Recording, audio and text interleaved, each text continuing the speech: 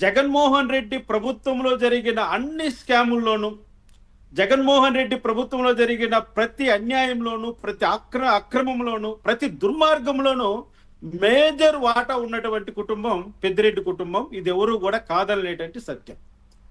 ఇక్కడ మిథున్ రెడ్డిని అరెస్ట్ చేయకుండా సుప్రీంకోర్టు కొద్ది రోజుల పాటు వెసులుబాటు ఇచ్చింది.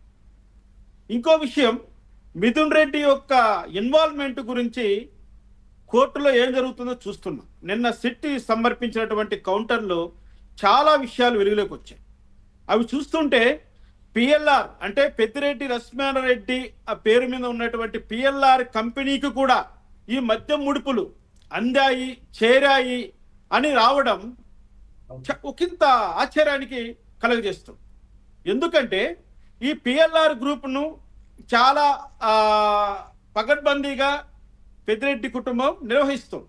అందులో మొత్తము వాటాదారులు వాళ్ళే. పెద్దిరెడ్డి ద్వారకనాథ్ రెడ్డి, పెద్దిరెడ్డి రామచంద్రారెడ్డి, పెద్దిరెడ్డి మిథున్ రెడ్డి, పెద్దిరెడ్డి రామచంద్రారెడ్డి భార్య అనేటువంటి సుమలతను సులోచన ఆమె అందరూ కూడా వాళ్ళ కుటుంబ సభ్యులే అందులో కమిటీ మెంబర్లుగా, అంటే 100% షేర్లన్నీ వాళ్ళవే, వాళ్ళదే ఆ కంపెనీ, వాళ్ళే, వాళ్ళ కుటుంబమే ఉంది అంతే. ఆ విషయాన్ని వాళ్ళు ఎన్నికల అఫిడవిట్ లో చెప్పారు, అందరికీ తెలిసిన విషయమే.